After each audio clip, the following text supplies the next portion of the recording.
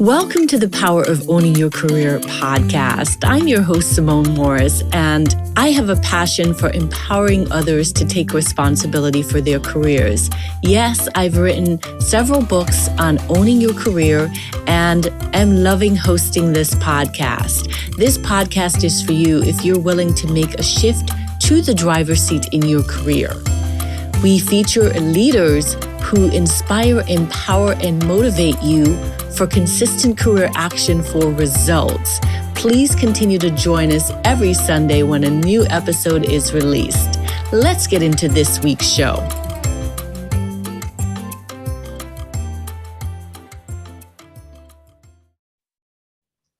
Welcome to this week's episode of the Power of Owning Your Career podcast. Today, we're doing something new, and I'm extra delighted to have with us fellow podcaster, the fabulous Nicole Walker is joining us today. And guess what? Nicole is going to be in the driver's seat. She's taking control of this interview, and I'm hopping into the interviewee seat. So I'm going to hand the episode over to Nicole, to take over to Nicole and welcome her to the show.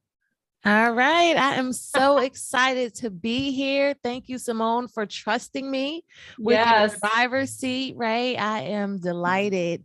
And if you are a loyal listener, right, we're going all the way back to season 1. You may remember hearing my voice because I was a guest back in season 1. Awesome. All right.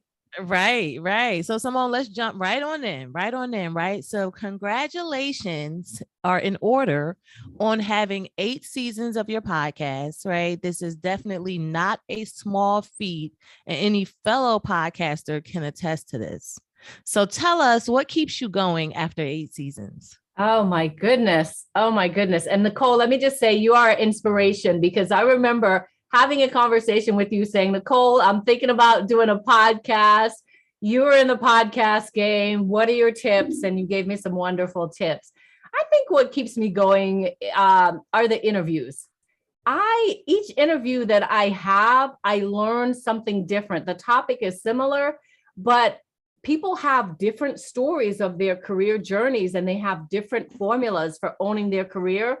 And it lights me up. It continues to light me up to hear people's stories, their recommendations and tips for our audience. And I still want to put women in the driver's seat for their careers. So that is what keeps me going. I love that. I can definitely agree with you in relation to also having an interview style podcast. That for number one, like podcasting, yeah, we get to get up here and talk, but it's a lot of work that happens behind the scenes, and it can get tiring. And many times I want to throw the whole podcast away. And then I get on a call with another amazing woman, and it reminds me of exactly why I'm doing it. Right. So I love that. All right. So podcasting has many benefits, right? It can change your career. It can improve your career.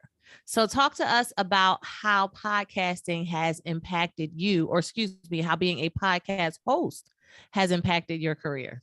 Well, it has helped me to reframe networking, because networking can be a difficult thing for some people. If you're introverted, I am an introvert, which is a preference. And it helps me to build better relationships, because I'm in my zone when I'm interviewing, and I'm connecting with others. And I find that it really helps me to build relationships, true relationships. And I am a lifelong learner. So being in the podcast game has really helped me to learn about books, classes, resources to really focus on leveling up in your career. And, even from a presenting standpoint, you could think about the podcast as a presentation, a speaking engagement, because you're on stage, you're on the virtual stage, connecting with another human being and sharing. And I just love doing that. So I think it's strengthened my ability to show up and interview. So when I do other interviews, it becomes rote. It's easier for me to do that. All right. All those tips. Now, I hope y'all taking notes, right? Those were some great tips. And as I was listening, it made me think of all personal development, right? Like those were all personal development things that podcasting has gifted you with.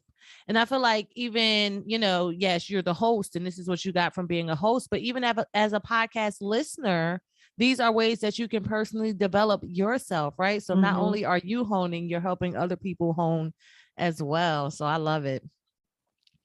All right. So, I don't know. I feel like you may have alluded to this, right? So you're gonna have to dig a little deep for this one, right? So what do you enjoy most about being a podcaster, if you didn't already touch on that, or pick a new one for us? You know what? I enjoy being on social media and seeing someone who is just mic dropping, and I go, I need to have that person on the podcast, and asking them and having them say yes. And I sort of fangirl, or just like, wow, this person's coming to the podcast, and I get to hear their story. An example of that is the episode with Rukmini Reddy, who was at the time the VP of engineering at a company called Abstract. Now she's at Slack. And I saw her post on LinkedIn and I was like, oh my God, I love this post. Wow, she sounds like a badass. I want her on the show. And I just set the stage and sent that message to her. And she said yes. And it's an amazing episode to listen to. She just dropped so many gems in that episode. And so I like bringing good people on to just really share their career journey. And I like interviewing. I really enjoy being curious and asking questions of people in the podcast space. Right. I love that. Look, so this is so funny. I remember as a kid, or even as an adult, people would call me nosy, right? Like nosy. And it had a bad connotation, but I realized that, hey, my nosiness is my business now with my podcast, right? So I agree with that, inquisitive nature and wanting to know more, right? And also what you made me think of when you were talking was that you have to put yourself out there. Like that's how you own your career. That's how you put yourself in a driver's seat, by putting yourself out there. And then it also made me think of that the answer is always no, unless you ask. Yes. It's always going to be no until you ask, right? And even if you ask and it's no, that doesn't mean that you can't go back and ask again, or that'll continue to hone your skills into accepting no and still pushing forward until you get that yes. And I also relate to you in relation to, reaching out to a person and they say yes, it like builds your confidence and lets you know like, oh, I must have something going on because I think this person is great. And they accepted my invitations. So I know exactly how that feels. I'm sure that you do. I'm sure you do. I love it. Okay. So we know everything that you preach is all about being in the driver's seat of your career. So tell us, are you still in a driver's seat? Yes, I am in the driver's seat, but every so often I find myself outside of the driver's seat and playing smaller than I know I have the possibilities to play. And I know I am so aware of when I have relinquished the driver's seat because of some fear or some narrative that's playing in my head that I listen to, or I listen to people that I shouldn't listen to. And that I know that I need to course correct. So one thing I will say from 8 seasons of hearing, and also writing a book, The Power of Owning Your Career, of hearing people talk about their stories and how do they get back to the driver's seat, that inspires and motivates me to be back in the driver's seat. So I'm able to flex being in the driver's seat, but it feels really good when I am in the driver's seat. I will say that. Right. I love that. And I love those tips. So correct me if I'm wrong. What I heard you say is, yes, you're in the driver's seat, but sometimes you find yourself slipping, right? So an indicator of falling out of that driver's seat or choosing to move over is when you let fear get in the way, or listen to naysayers, right? So what do you do exactly? Like to put yourself back in, like, how do you ensure that you move back over into that driver's seat? Yeah, I'm aware because I can also pay attention to my body energy and how I feel. If I'm not happy with the outcomes of how a deal or a situation went, I think about how did I show up in that situation and how did we get to this end result? And so I've had negotiation deals where I know being in the driver's seat is saying no, period. Mm. When I say no, comma, and explain myself, I'm entering into the passenger seat. Because what happens then is that there becomes a dance and there becomes sometimes a power struggle. And I find myself showing up as a passenger more than the strong driver that I started out as. So the tip that I would say is really pay attention to yourself.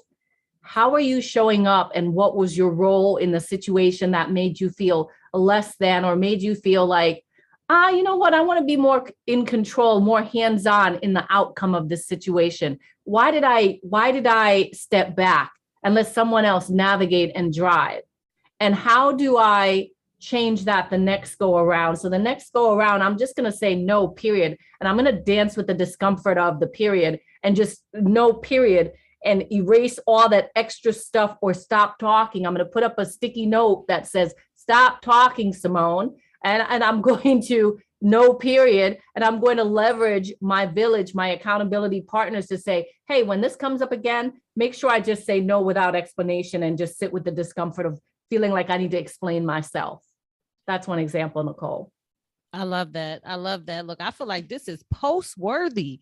You said dance with the comfort of the no, period. Or you may have even just said the period, right? But I don't want to confuse that with, our cycles. But, dance with the comfort of the no, period. That was deep because it is uncomfortable, to say no and wonder, do they still like me? What is this going to do? How is this going to impact me? And with this person, but how is it going to impact you with your own person, right? And a lot of times we think of those outside entities without considering ourselves. So I think that was an excellent point. And I also heard you say, you're welcome, course correct. Yeah. Like it's okay to course correct, and take that time to be introspective and figure out what you need to do the next go round. Yeah. And I think oftentimes we don't give ourselves the time to pause and really reflect what just happened. Right. I'm happy that I have people where I play to them, this is what happened. And they build me up, like, stop beating yourself up, give yourself grace. I think that's important that we give ourselves grace in our careers because, we'll let other people beat us up and we'll beat ourselves up. I think we beat ourselves up the most, actually. I know I do. And Guilty. So having people to remind you, hey, someone just sent me a text yesterday and she said, by the way, you're human. And it's like, oh, right. Thanks for that reminder. Because sometimes we forget. So having people in your corner to just feed in. And I got this thing, Nicole, that this little globe, I found it at Home Goods and it says believe. It looks like, I don't know if you can see it. It's this thing, it says believe. It's just awesome. I love it. So just believe in yourself. I love it. Love it. I hope y'all taking notes out there. I hope y'all taking all the notes, right? All right, Simone. So we were having a brief conversation before we started this interview, right? And it sparked my interest in asking you this question. So I feel like when you're driving, right? Like you have to make a left turn sometimes, you have to make a right turn sometimes to get to your location, right? Like your location may not always be a straight path. And the same is for your career as well as your business, right? So talk to us about when you had to make a left or right turn, or how I like to call it, when you had to pivot to get where you are today.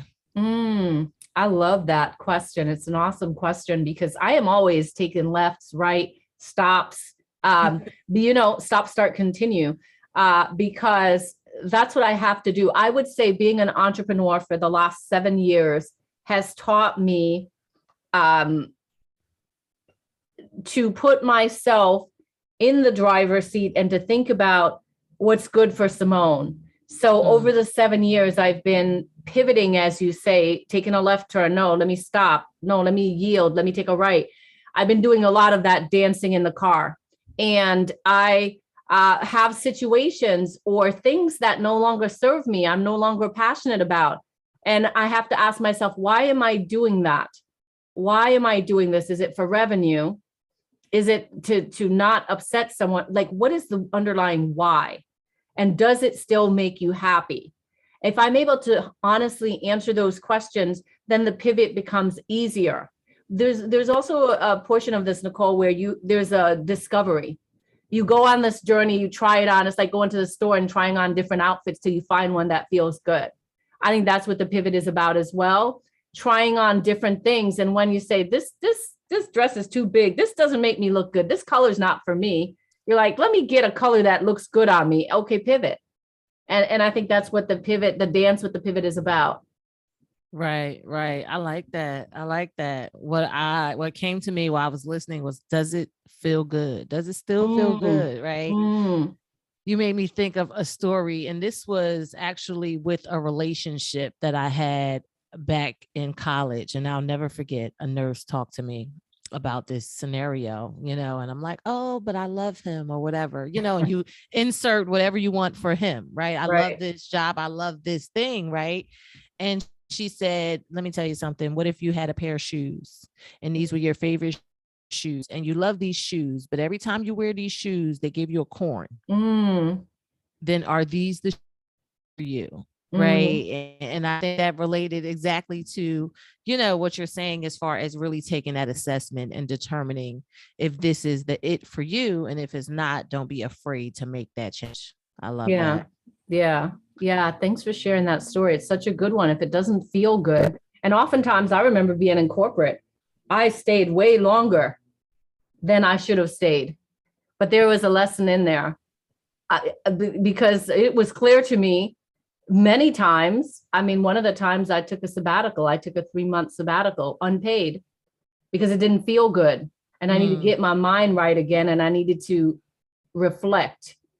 And so we can look at different situations, whether or not they feel good, and to get curious about what's going on here, what's happening to me, and how am I showing up in this situation, and how do I want to show up, and what do I need to do to show up the way that I want to show up, and then go forward.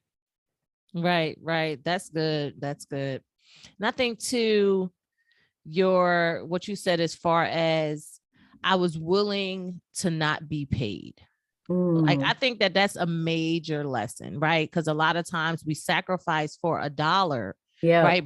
But when you take those breaks, like, it can set you up. So it's like a setback, but then how do they say, like, setback for a major comeback? Right. So, if you're in that position, to not allow money to be the thing that determines where you go or your happiness, right? Because money, we all know money isn't the route to happiness, right? It's really true fulfillment and value in what we're doing. If you're able to do that, then do that, right? To really get into the driver's seat and not allow yourself to be in a passenger seat because of a dollar sign. I love that. Pay attention to whether you're leaking. I can tell when I'm leaking, and you start to make more mistakes, or you just feel it in your body too. Like, I'm leaking here. I'm not showing up the way I want to. I got to fix this. I got to stop the leak. Look, Simone, you just listen. Like, I'm speechless off of that. Leaking. Let's take a pause though. Define that for someone, right? Leaking. What does that look like in relation to your career? Yeah, because that was leaking deep. is showing up not as your best self. And so it could look like an outburst because you're not able to control you don't have emotional adaptability, the emotional intelligence to always show up on point. And so when someone upsets you, whether it's a manager, a coworker, a leader, you have an outburst that is not delivered in the package that you know that it should be delivered in. And so you're starting to let the fact that you are wounded and not healed, the leak from that you have not treated, it's starting to show externally versus internally. because you have not taken care of the leak. Mm. Whoo, listen, that was good. That was so good. Cause it does, like, at first it bothers you on the inside. Yeah. Then it will come out if you don't take care of it. That is Simone dropping all the gems today, y'all. Simone is dropping the gems, right? I love that. I love that. So Simone, tell us what your tell us what your formula is for owning your career. So I used to have 7 steps, and I think there is so much more that I have learned as a result of being in business for myself and being a podcast host. And so first, I still believe in the three P's that I talk about: plan, partner, and promote. I'm big on having a strategic plan for your career. Where do you want to go? Have the vision and put it down on paper. So number 1, make sure you have a plan for your career. Number 2 is all about the relationships that I talked about before, but I call them strategic partnerships. So who do I need to be on my success team? You know, and to go about building those relationships. Who is not at my table?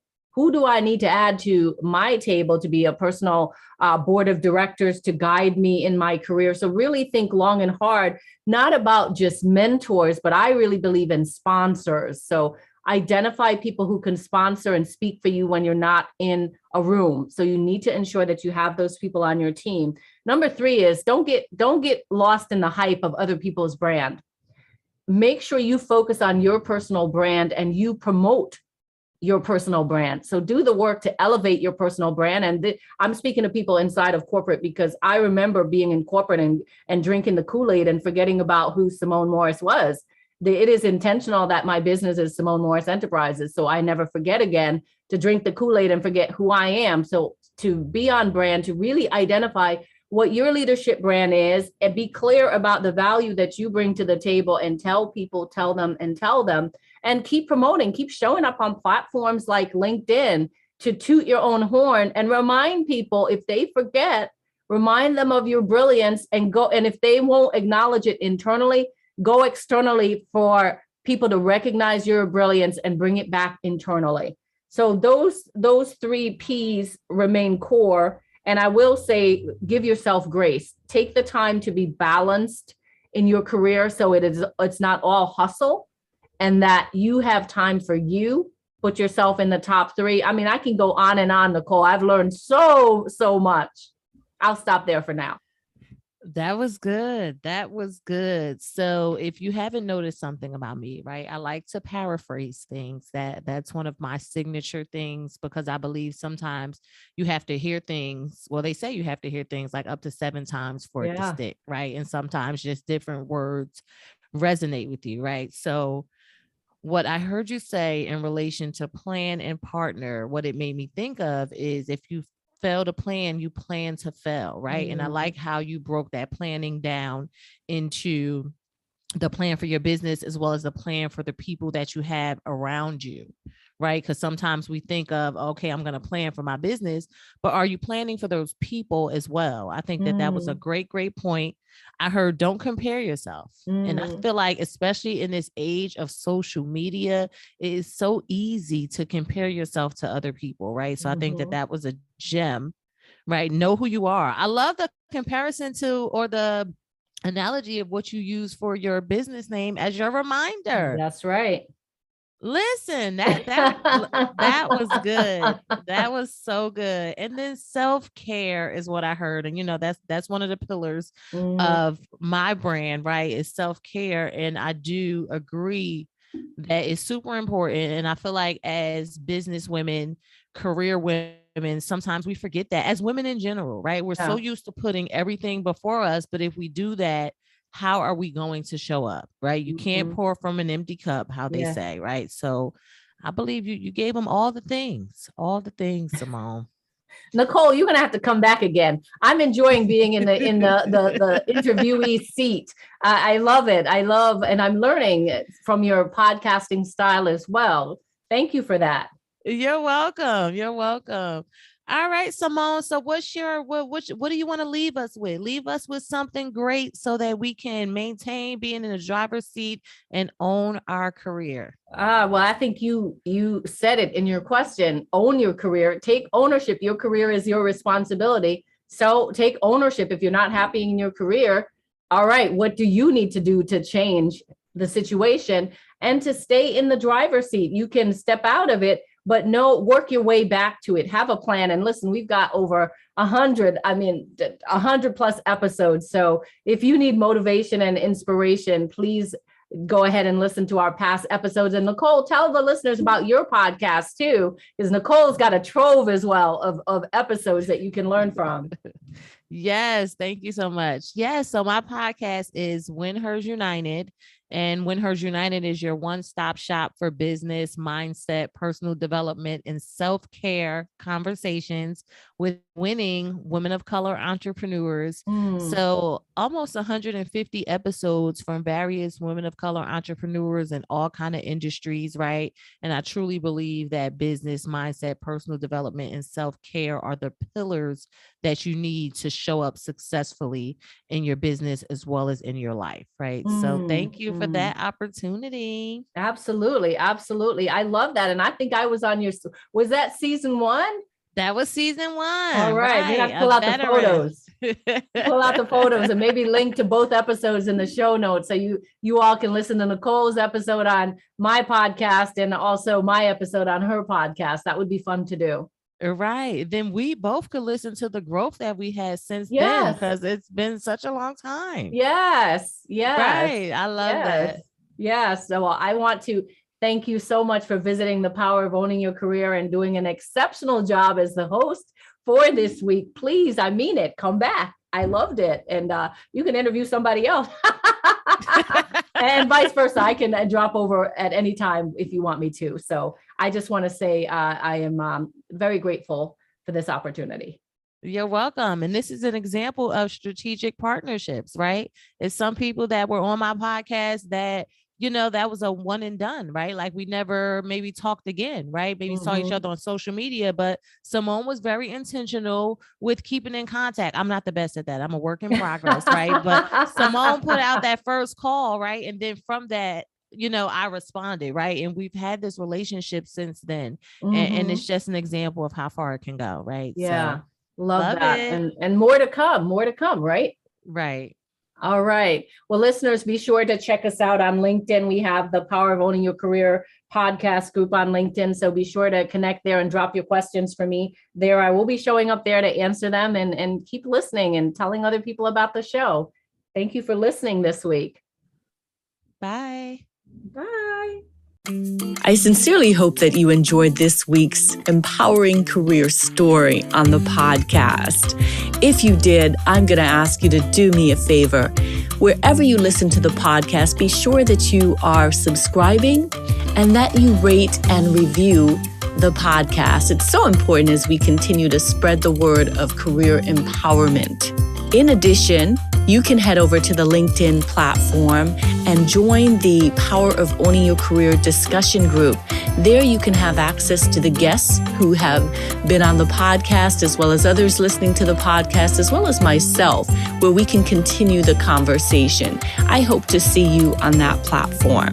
You can also email me at pooyc@simonemorris.com if you have a suggestion for guest or a message that you want me to hear personally. Thanks so much, and make it an inspiring, empowering week in your career.